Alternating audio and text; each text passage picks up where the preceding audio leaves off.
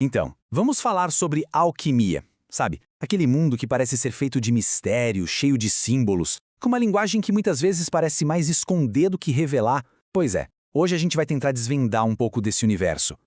E olha, essa frase antiga já diz tudo, né? Pega bem no ponto central da questão.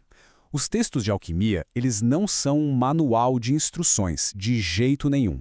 São verdadeiros enigmas. Os alquimistas acreditavam que estavam lidando com segredos sagrados da natureza, da criação, e claro, não iam sair entregando isso para qualquer um. Então fica a grande pergunta. Se não era só sobre transformar chumbo em ouro, o que era a alquimia afinal? Aquela imagem que a gente tem do alquimista meio maluco, debruçado num caldeirão, obcecado por ficar rico, olha, isso é só um pedacinho da história. E talvez nem seja a parte mais importante. Vamos entender o que eles realmente estavam buscando.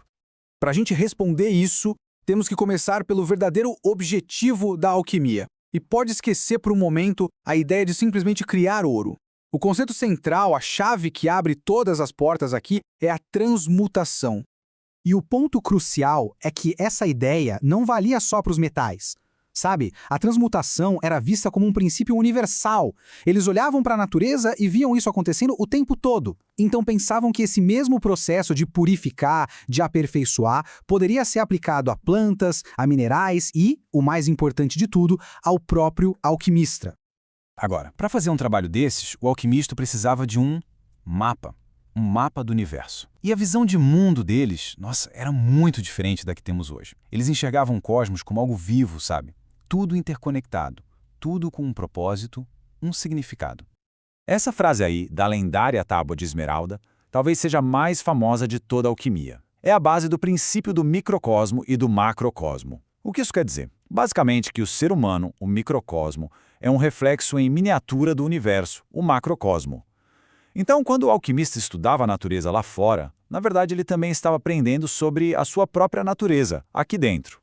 A base da física deles vinha lá de Aristóteles. A ideia era que toda a matéria era composta por 4 elementos: fogo, ar, água e terra. Mas atenção, não é o fogo da fogueira ou a água do rio. Eram mais como princípios, qualidades fundamentais que, em diferentes combinações, formavam absolutamente tudo o que existe.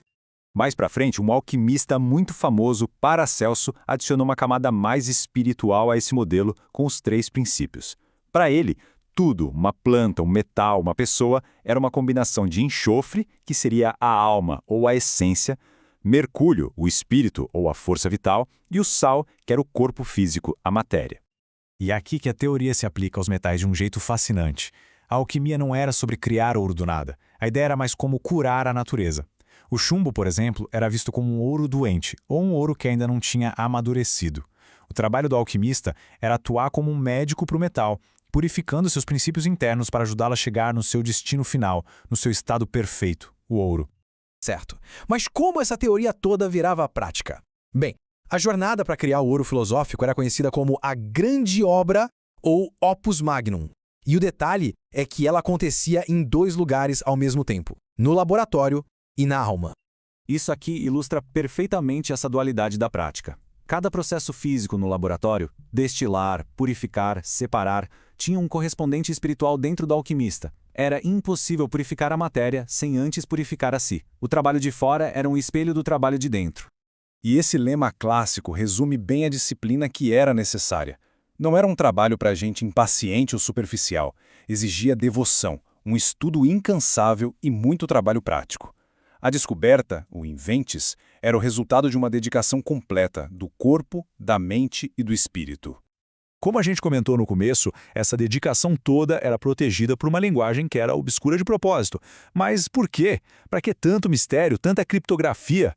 Bom, existiam alguns motivos bem fortes. Primeiro, proteger esse conhecimento, que eles consideravam sagrado, dos indignos que poderiam usá-lo para fins egoístas. Segundo, para evitar a perseguição da igreja ou do Estado. E terceiro, porque os símbolos conseguiam comunicar significados em múltiplos níveis, físico, psicológico e espiritual, de um jeito que a linguagem literal simplesmente não consegue. E tudo isso nos leva finalmente à grande revelação, ao verdadeiro objetivo de toda essa busca secreta e tão difícil. Afinal de contas, qual era o tesouro que esperava no fim do caminho. O verdadeiro ouro não era o metal, era um símbolo. Um símbolo de perfeição, de algo que não se corrompe, de sabedoria e, no fim das contas, de um estado de iluminação.